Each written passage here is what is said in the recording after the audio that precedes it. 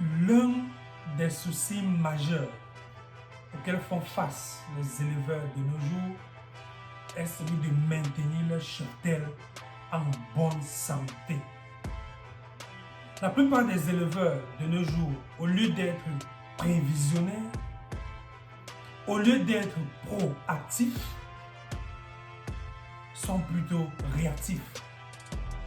C'est-à-dire, au lieu de mettre des mesures barrières sur pied pour empêcher l'accès des vecteurs pathogènes dans leur ferme, se retrouvent plutôt en train de courir à la recherche des solutions à des maladies lorsque celles-ci ont déjà été installées dans leur ferme et causent des dégâts. Et c'est alors qu'on entendra ici et là: oh, j'ai perdu tel nombre de sujets. Oh, la ponte a baissé. Oh, j'ai dépensé telle somme d'argent dans l'achat de médicaments et antibiotiques.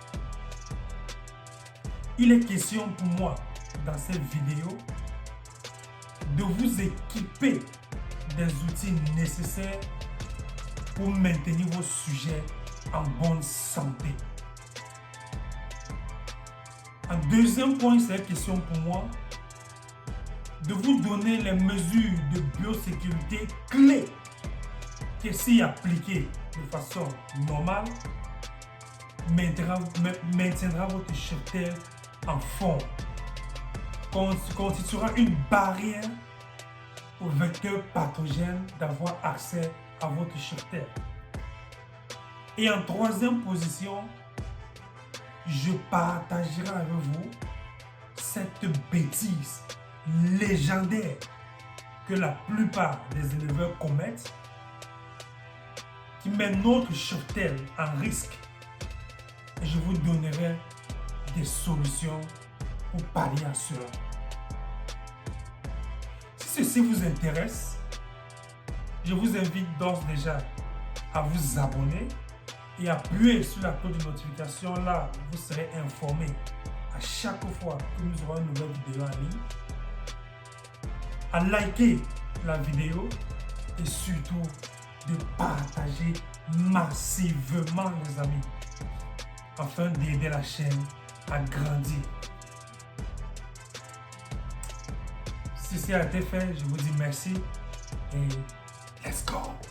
La biosécurité, puisque c'est de ça qu'il s'agit de façon basique par définition, c'est la prévention des vecteurs pathogènes, des vecteurs porteurs de maladies, d'avoir accès à notre cheptel, d'avoir accès à notre ferme.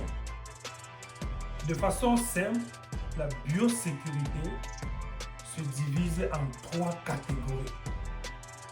La biosécurité conceptionnelle, la biosécurité structurale et la biosécurité de procédure.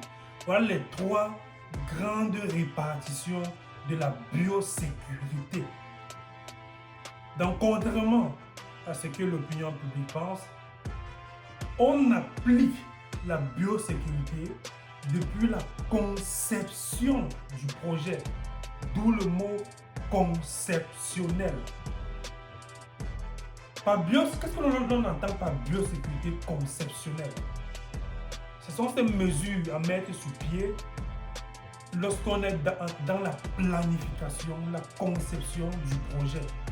Les mesures à prendre en considération avant de mettre un projet sur pied. On peut citer par exemple, l'on doit faire l'effort d'isoler sa ferme des autres fermes autant que possible. Il n'est pas bien, il n'est pas conseillé de venir installer sa ferme, son projet, là où il y a déjà d'autres fermes aux alentours. Les gens parfois pensent que c'est la meilleure des choses, mais non, ça c'est non, c'est à éviter. Au Cameroun, par exemple, un éleveur qui veut se lancer et qui part lancer sa ferme dans la ville de Bafoussam, qui est le fief de l'élevage des pontes au Cameroun, est déjà sur le plan conceptionnel en train de commettre une erreur grave et qui doit leur coûter très très cher tout le long du déroulement du projet. Ça, c'est clair. Pourquoi? L'on a déjà tellement une agglomération forte des fermes pondeuses à Bafoussam qu'il y a ce qu'on appelle la grosse contamination. On arrive à un niveau où la grosse contamination est inévitable. À Bafoussam, par exemple, pour ceux qui ont des fermes, ou bien pour ceux qui ont des amis fermiers là-bas, vous pouvez les demander. Lorsqu'on vous dresse un bilan prophylaxique pour le sujet, il y a un élément qui revient très constamment. Antibiotiques. C'est-à-dire parce que chaque mois, on administre des antibiotiques au sujet. Ce qui n'est pas normal. Mais que faire? Puisque l'atmosphère est déjà polluée. L'atmosphère n'est plus saine. Et même les éleveurs de Bafoussam commencent à aller dans les périphéries où il y a moins d'agglomération afin de limiter cette grosse contamination. De deux, lorsqu'on parle de prophylaxie conceptionnelle, il faut éloigner son cheptel d'une forte agglomération de population. Oui, votre ferme doit être isolée de là où les gens habitent. Parce que l'être humain en lui-même est porteur de vecteurs pathogènes. Sachez-le. Il faut isoler sa ferme. À l'étranger, les fermes se trouvent loin de la population. Je me rappelle, pendant nos stages pratiques, parfois lorsqu'on quittait la ville, on conduisait 2 heures dans la brousse avant d'atteindre la ferme au milieu de nulle part. Et c'était le cas pour toutes les fermes dont j'ai visité, où j'ai travaillé, ou bien où j'ai fait mes stages professionnels. Isolé au milieu de nulle part pour éviter cette contamination due à l'agglomération. Maintenant, en second plan, on a la biosécurité structurelle. Cette deuxième phase de biosécurité intervient lors de la mise sur pied du projet. Donc, nous avons parlé de la biosécurité conceptionnelle qui se passe lorsqu'on est en train de concevoir le projet. Maintenant, nous parlons de la biosécurité structurelle. Après avoir conçu le projet, lorsqu'on le met sur pied, il y a des mesures de biosécurité à prendre en considération. La conception du bâtiment, la position du bâtiment, la forme du bâtiment, tout cela doit être mis en place. Quelqu'un, par exemple, qui va construire son bâtiment, dans la longueur, dans le sens nord, un bâtiment d'élevage de poules pondeuses, dont le bâtiment est dans le sens nord-sud. Mon frère, tu pars où avec ça? Mais quelqu'un qui va conduire son bâtiment de façon parallèle au vent dominant, tu pars où avec? Et depuis la mise sur pied du bâtiment, tu as déjà échoué. Tu enclencheras des dépenses énormes pour fixer la bêtise qui a été commise lors de la mise sur pied du bâtiment. Vous voyez, j'ai déjà eu à intervenir dans certains bâtiments où il y avait un problème de cannibalisme, par exemple. C'est-à-dire les sujets se piquaient énormément l'un de l'autre. Et le technicien vétérinaire de la ferme avait essayé de voir ce qui n'allait pas rien. Et lui se penchait plus sur la carence dans l'aliment. Parce que lorsque les poules ont une carence alimentaire, l'un des signes, c'est la naissance du cannibalisme. Elles se piquent les unes des autres. Et c'est là que le vétérinaire focalise son attention. changer la composition de l'aliment, et ainsi de suite. Rien. Mais savez-vous quel était le problème? La position du bâtiment. C'est tout. Et ce problème-là, le fermier doit devoir faire avec pour toujours. Les erreurs de conception, la biosécurité structurale, les erreurs de mise sur pied du projet. Là, tu veux voir des fermes où les sujets portent des lunettes, des dépenses qui pouvaient être évitées si on avait pris du temps à mettre sur pied des mesures de biosécurité structurelle solides. En troisième plan, on a la biosécurité de procédure. C'est l'ensemble des mesures et des principes qu'une entreprise, une ferme met sur pied et dont le personnel doit suivre au quotidien pour la bonne forme des sujets, pour une production optimale. Nous entrons dans la deuxième partie de notre sujet. Quelles sont les mesures clés de biosécurité dont vous devez appliquer au quotidien pour s'assurer que vos sujets sont en bonne santé, pour vous assurer d'avoir une production optimale, pour s'assurer de ne pas avoir de maladies, de ne pas dépenser des sommes énormes dans les médicaments antibiotiques, pour s'assurer à ne pas perdre votre cheptel. Ici et maintenant, let's go.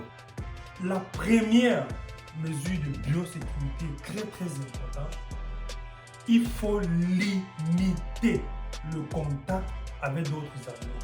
Très important.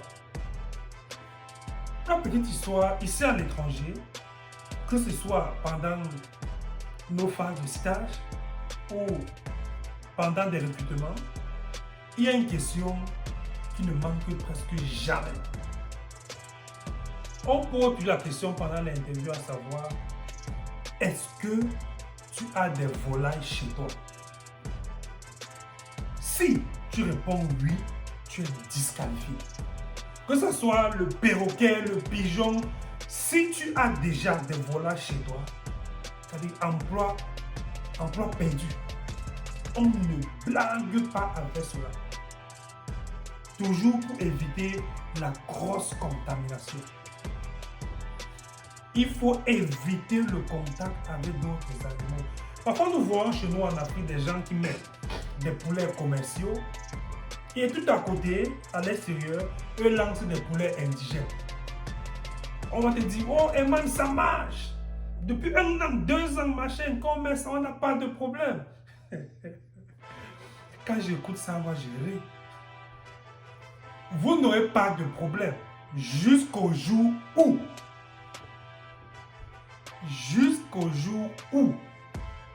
c'est très important, c'est très sérieux. Le fait que vous avez les poules commerciales dans un poulailler et que vous lancez des poules indigènes tout aux alentours et qu'il n'y a pas de problème, ne signifie pas que c'est bonne pratique. Ne signifie pas que c'est conseillé. Le moment viendra où vous payerez le prix cher.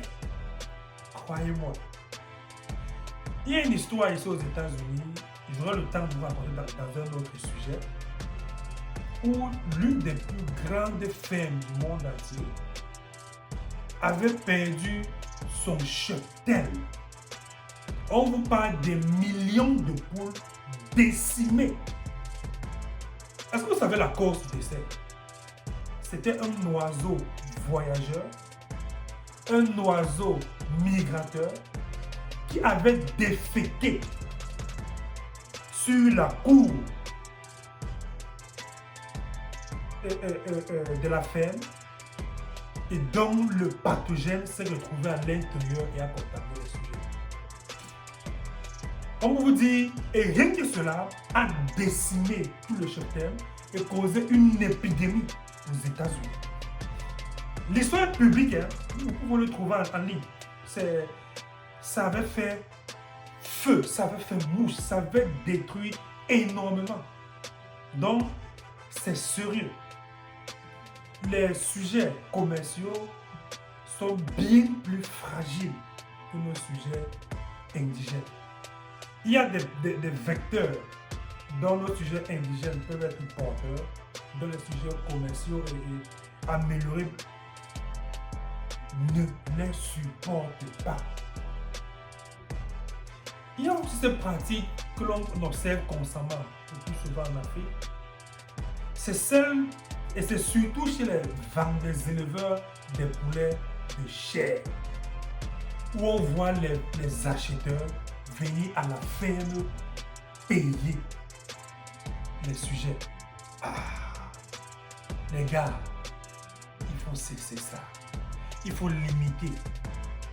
Même si vous devez laisser les acheteurs venir à la ferme, ne les laissez pas s'approcher proche de votre ferme. Il faut à l'entrée de votre ferme leur demander de vous attendre à l'entrée. Prenez vous-même quelques échantillons de poules et allez vers eux avec. Et si possible, ne les faites pas toucher ça. S'ils doivent toucher, désinfectez-les totalement avant de les laisser toucher cela. Croyez-moi, ça c'est l'une des raisons pour lesquelles les éleveurs de poulets de chair se retrouvent en train d'administrer des doses intenses d'antibiotiques au sujet. Parce que l'antibiotique en réalité est curatif. Un cheptel en santé, un cheptel dont on a bien pris soin, n'a pas besoin d'antibiotiques. Je vous le dis. Mais en Afrique, si tu es un éleveur qu'on n'a pas besoin d'antibiotiques, ils vont prendre cela comme un mythe parce qu'ils sont habitués aux antibiotiques. C'est juste un signe que votre cheptel n'est pas en santé, que les mesures de biosécurité sont bafouées. Et l'un des éléments qui apportent les pathogènes chez les éleveurs de poulets de chair, ce sont les acheteurs qui se baladent dans toutes les fermes et portent les vecteurs de la ferme A, de la ferme A à la ferme B à la ferme D, ainsi de suite. Ne les laissez plus à la porte de votre ferme. Ce n'est pas bien pour vous. Ce n'est pas bien. Deuxième mesure très capitale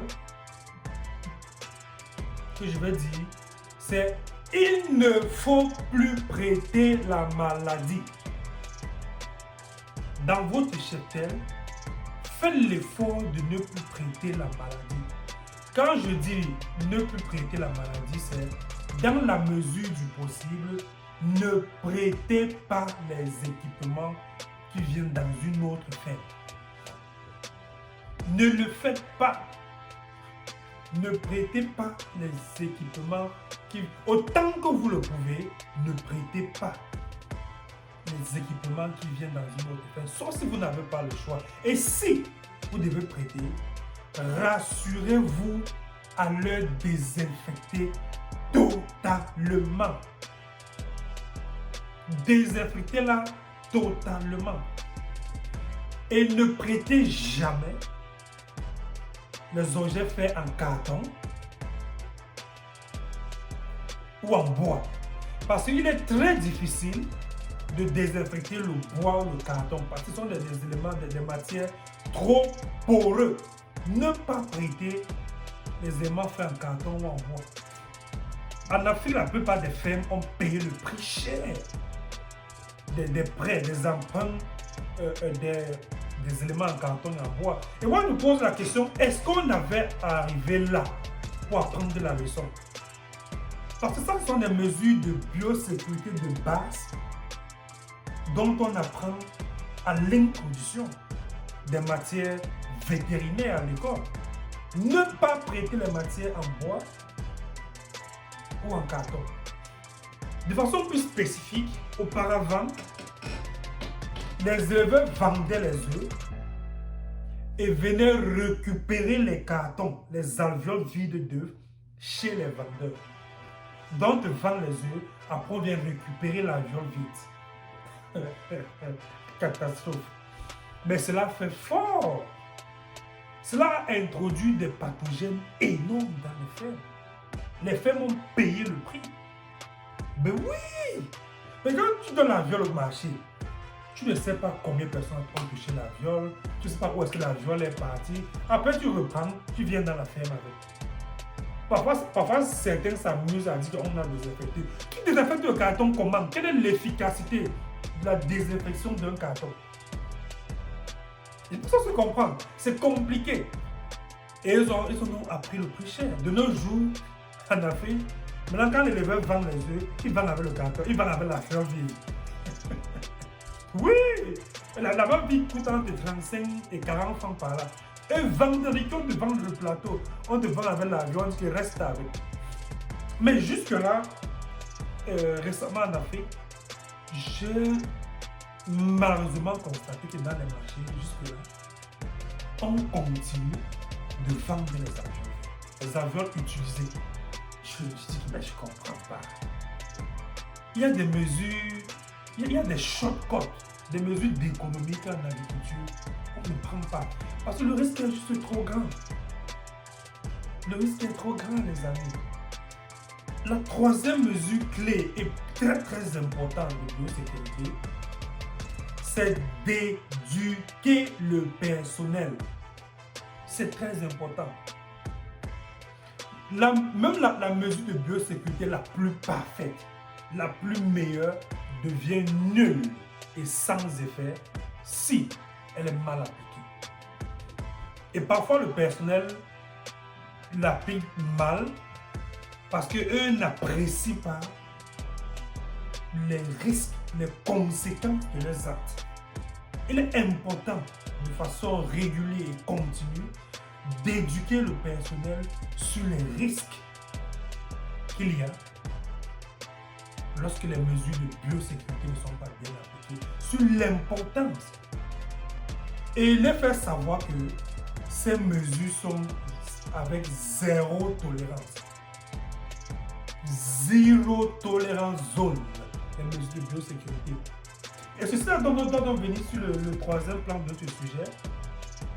Cette bêtise, cette mesure de biosécurité que la quasi-totalité des éleveurs appliquent, mais également la quasi-totalité l'applique très mal.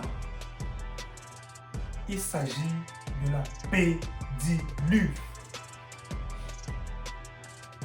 Oui, la pédiluve, à l'entrée de presque toutes les cheptels, que ce soit l'élevage de volailles, des porcs, des chèvres et consorts, à l'entrée du bâtiment, on trouve toujours ce petit trou dont on a creusé, dans lequel il y a de l'eau avec un produit désinfectant. Ça, c'est bien. Tout accès dans le bâtiment doit être contrôlé. Je suis d'accord. Mais posons-nous la question. Quel est le rôle de la pédiluve? Pourquoi on doit contrôler l'accès dans le bâtiment? C'est pour s'assurer justement que tous ceux qui accèdent le bâtiment doivent être dépourvus de vecteurs porteurs de maladies, de vecteurs pathogènes. Mais lorsqu'on met la pédiluve comme moyen d'entrer dans une ferme, moi j'ai envie de vous poser la question. Est-ce que le technicien, le fermier, ne porte les vecteurs pathogènes que sur ses pieds, que sur sa chaussure? Vous stérilisez, vous désinfectez la chaussure. Mais qu'en est-il du reste du corps? Avant, le monsieur, il sort jouer, il sort au dortoir, en train de causer, se tapoter, faire du n'importe quoi. Et il vient, tout ce qu'il fait, il trempe les pieds dans la pédiluve, il vient avec son seau, il se baisse, il se met à ramasser les œufs. Il prend ses mains sales, ses mains souillées et contaminées. Il porte des sujets pour ramasser des œufs Après, il vient dire que oh, dans l'élevage des chiens, on peut dire que non, ça, c'est le jour des pesées. Il trempe ses pieds, il désinfecte les pieds. Il entre à la ferme avec son habit souillé, ses mains souillées. Il porte les sujets avec ses mains contaminées. Il met sur la balance.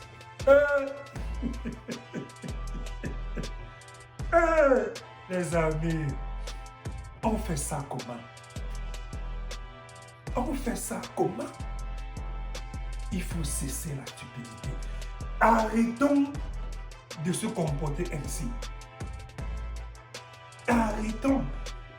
La désinfection, on est dans une ferme, doit être totale. Parce que les vecteurs pathogènes ne se trouvent pas uniquement sous nos pieds. Peut-être la majorité sont sous les pieds, mais ce n'est pas uniquement sous nos pieds.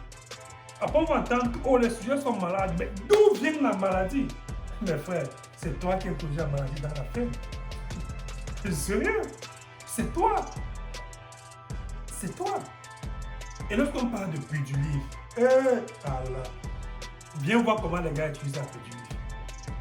J'ai visité des fermes en Afrique, au Cameroun particulièrement, où depuis l'entrée, je croise les bras, je dis que merde, c'est pas possible. Je demande au promoteur, frère, tu dépenses combien dans la prophylaxie, dans les médicaments? Et qui me dit, je dis, mais je comprends, c'est normal. C'est normal. Voilà à quoi ressemblent certains pédulives. Ce sont les photos réelles sur le site. Dans la pédulive est sale, il n'y a même pas d'eau à l'intérieur. Quand le volaille vient, il traverse là. C'est un de pédulive profonde. Regardez la profondeur du pédulive là-bas. Il est impossible de tremper les pieds à fond. Ce que le volaille fait, il vient, il touche seulement un peu. Tac, il passe. Il touche seulement un peu l'eau. Tac, il passe. Ah! Les amis, ça ne fonctionne pas comme ça. De trois.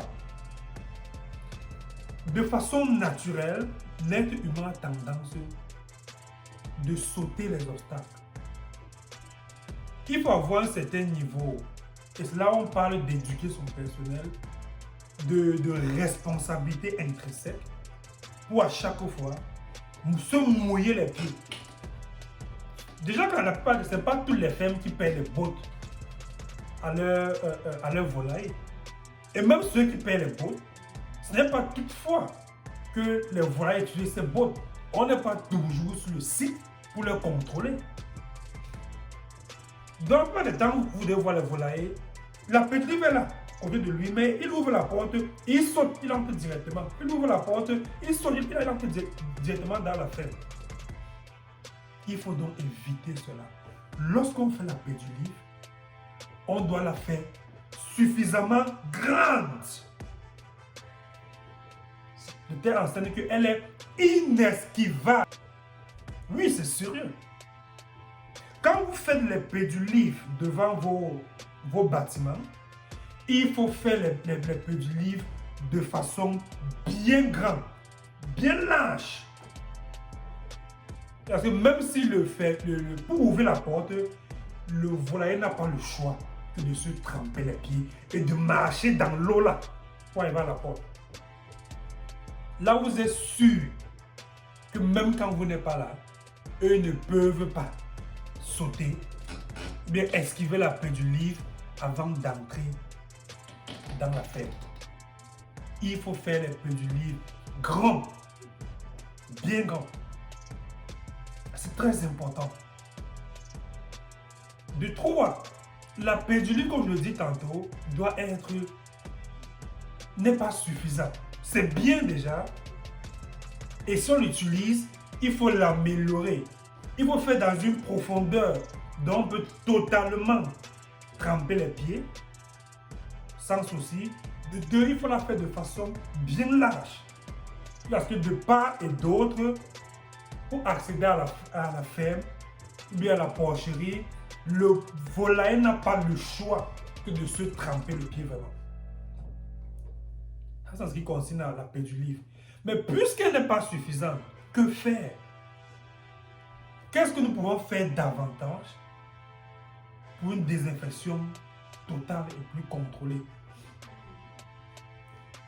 Je conseille pour un début à ceux qui n'ont pas de moyens de se construire une salle, un lavabo, parce que dans les normes, on doit se laver avant d'activer le fer. On aura le temps de vous, j'aurai le temps de vous partager les vidéos de Freeline Femme et vous verrez. L'habit avec lequel on travaille dans la ferme reste dans la ferme. Et avant d'entrer, on s'échange. Avant d'avoir accès à la ferme, on s'échange et on se lave avant d'avoir accès. Je comprends, ça peut être un peu coûteux de mettre tous ces dispositifs-là sur pied. Alors que faire dans ce cas? Payez-vous une arrosoir, comment dire, pas un arrosoir, désolé, un pulvérisateur.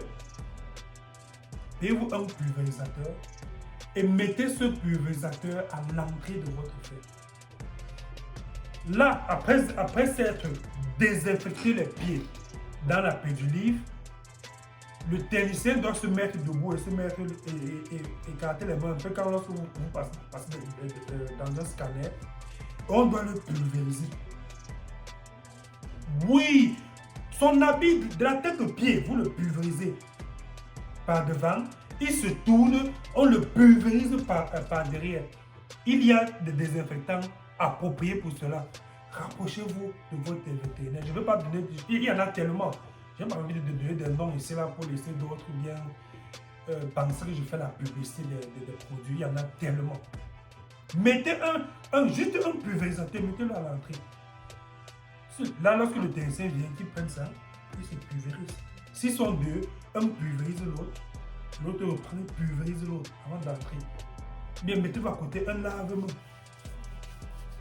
C'est très important. Et croyez-moi, le taux de maladie doit réduire dans votre cheptel. Croyez-moi. À Fiche de Femme, on vous montrera dans notre ferme. On a tout un corridor avec l'eau versant à l'intérieur. Yeah. Donc tu marches dans l'eau avant d'aller au lavabo, te laver. Oui, oui, oui. Et quand c'est ainsi, pourquoi les sujets seront malades? Même s'ils sont malades, c'est une fois en passant.